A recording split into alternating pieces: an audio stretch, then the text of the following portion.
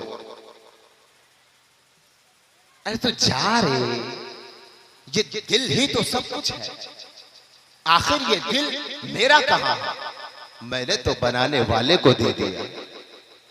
अब ये दिल मेरे सीने में एक गोश्त का लोथड़ा है, लेकिन हकीकत में जिसे दिल कहते हैं वो गुंबदे खजरा की चौखट पर मचल रहा है।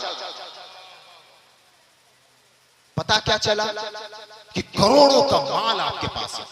Every single person is millionaire by the grace of almighty अल्लाह। हर इंसान को अल्लाह ने करोड़पति बनाया है। कोई माल बेचकर अमीर हो गया और किसी ने संभाल कर रखा है, बेचा नहीं है।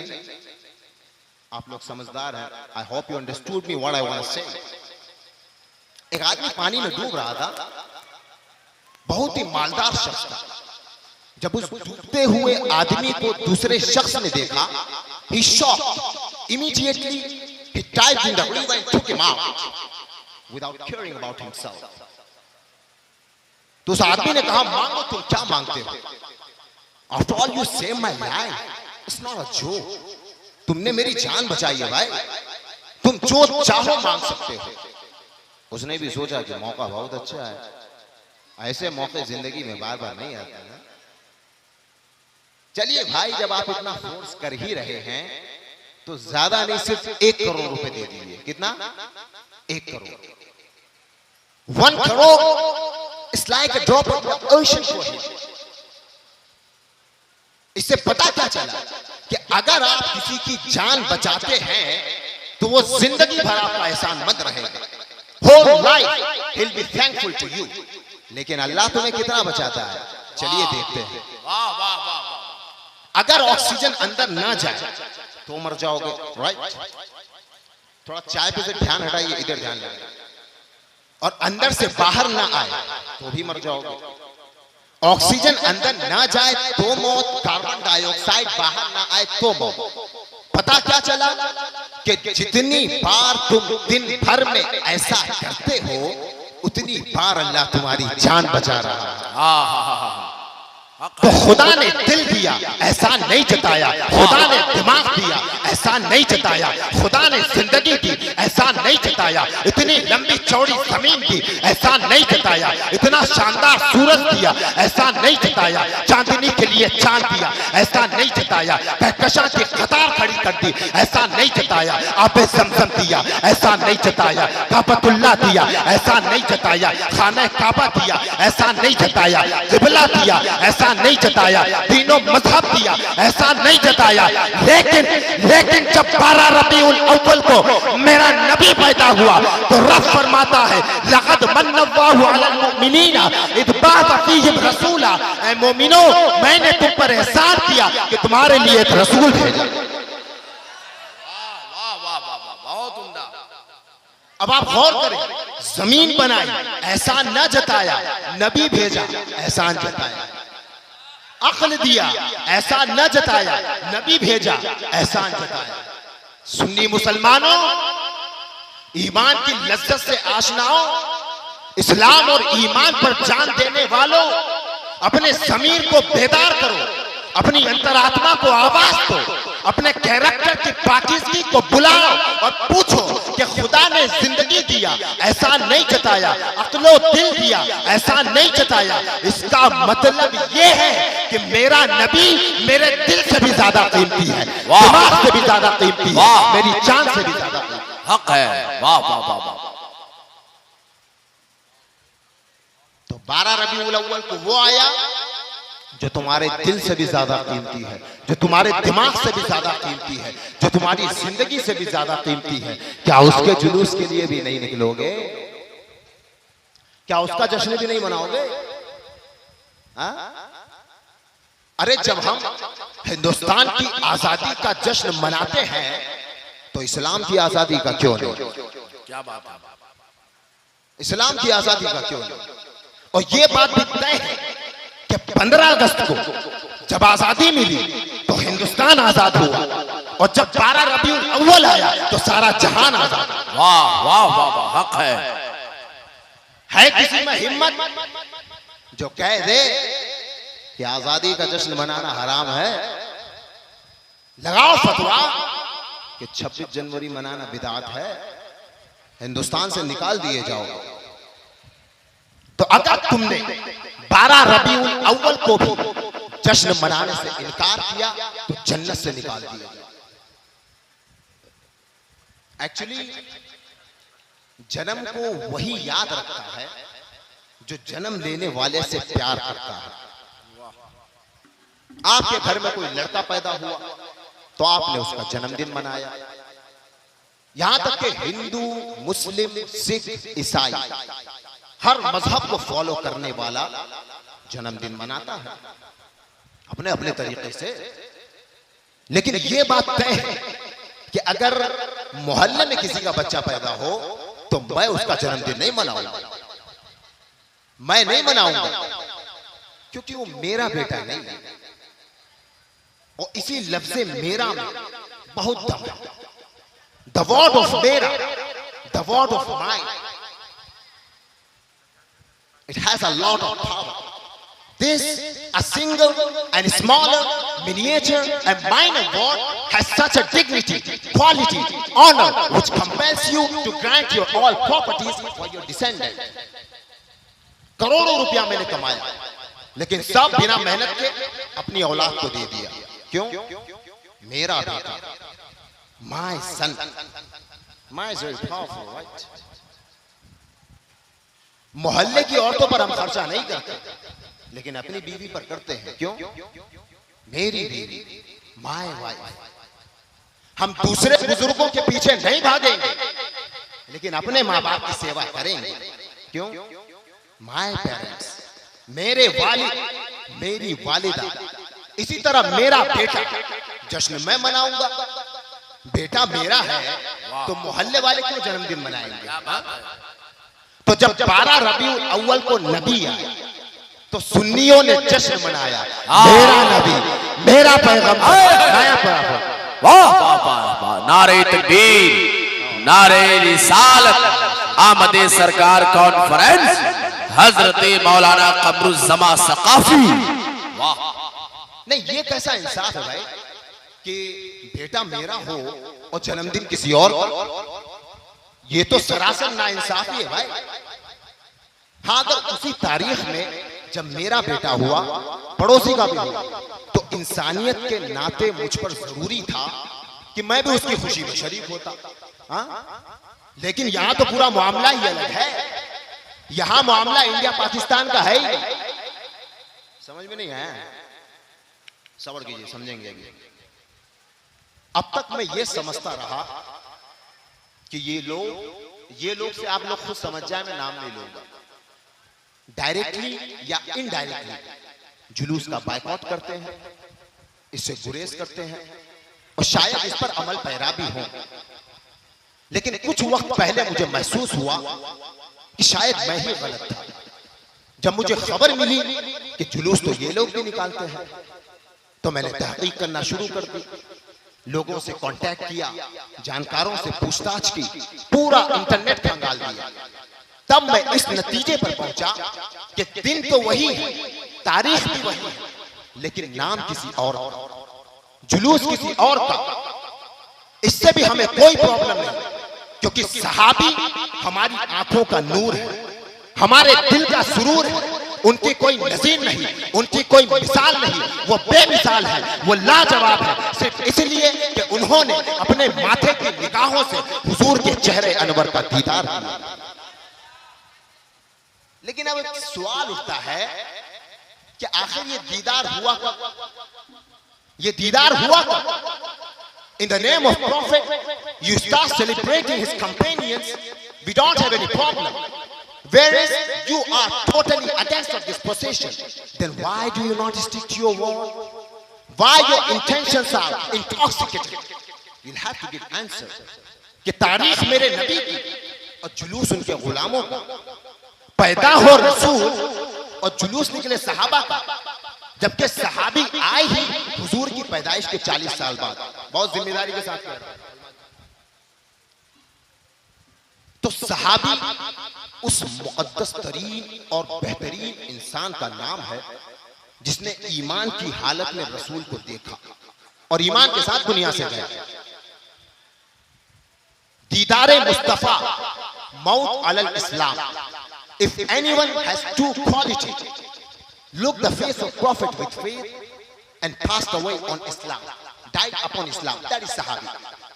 सहाबी वो है जिसने रसूल को ईमान के साथ देखा और ईमान के साथ दुनिया से गया, that is सहाबी। अरे तो सहाबी बनने के लिए ईमान की आंखों से देखना जरूरी। और जब 12 रबीउल अव्वल को मेरे नबी मक्का में पैदा हुए तो कोई सहाबी नहीं था, तो ये 12 रबीउल अव्वल को सहाबी आए कहां से? और जब सहाबी थे ही नहीं तो उनका जुलूस निकालोगे?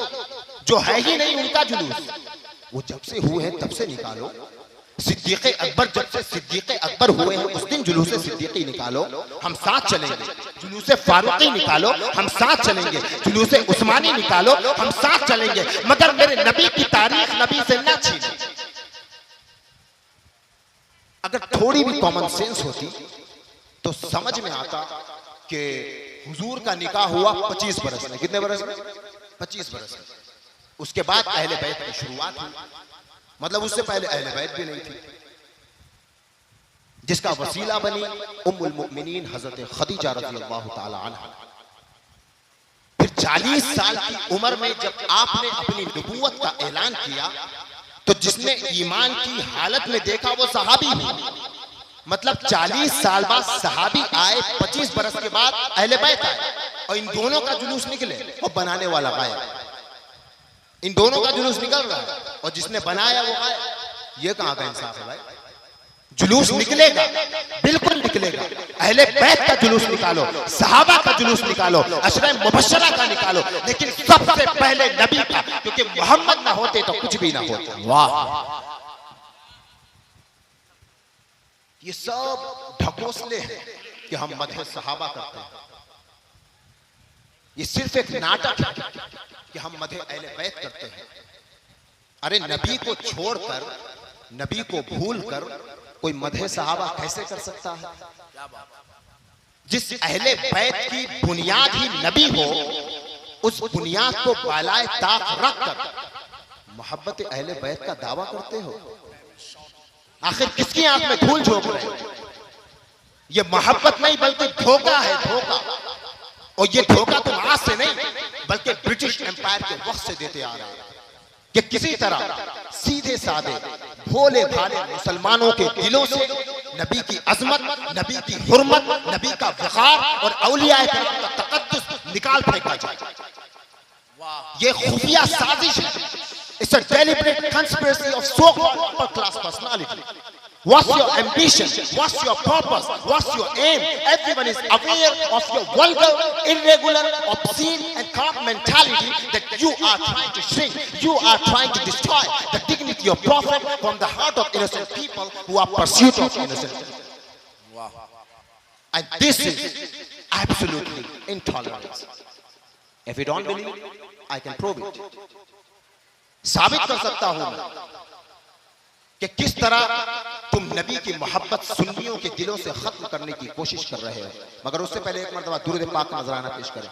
अल्लाहुम्मा सल्ली अला सय्यिदना व शफीअना व हबीबना मौलाना मुहम्मद व बारिक व सल्लिम सल्लु अलैहि सलातु व सलाम अलैहि।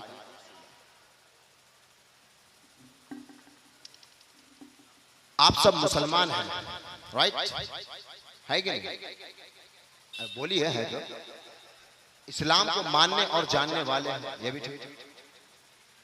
तो अगर इस्लाम से आपका थोड़ा गहरा ताल्लुक हो तो कुरान के बारे में जानते ही होंगे, जानते हैं, जो या तो किसी की मैयत पर उतरता है या फिर किसी को मैयत बनाने के लिए, फिर उसे इतनी ऊपर रख दिया जाता है कि अगर कोई पढ़ना भी चाहे तो सुस्ती की वजह से छोड़ दो। कौन वजू करे, कुर्सी लगाए, फिर उसे उतारे, फिर 10 मिनट तक फूल झाड़े, तब पढ़े। छोड़ो यार, कल पढ़ेंगे। ये तल्ख हकीकत है हमारी कौम की। अल्लाह हिदायत दे ऐसे लोगों को। बहरहाल, तो अगर आप कुरान की तहकीक करेंगे, यहां से कुछ देर की इल्मी गुफ्तगू होगी। उलमा हज़रात से गुजारिश है थोड़ी तवज्जो अता फरमाएं। अगर आप कुरान की तहकीक करें तो आपको पता चलेगा कि कुरान में 3 किस्म की आयतें हैं। कितनी किस्म की? 3 किस्म की। कुछ आयतें तो ऐसी हैं कि आप उसका तर्जमा ही नहीं कर सकते। आप सिर्फ अल्लामा नहीं, मुहक्किक व मुजद्दिद हो जाए फिर भी उसका तर्जमा नहीं कर सकते। अब जिन आयतों का तर्जमा ही नहीं कर सकते, उससे अकीदा क्या बनाएंगे? अकीदा बन ही नहीं सकता क्योंकि तर्जमा मालूम नहीं।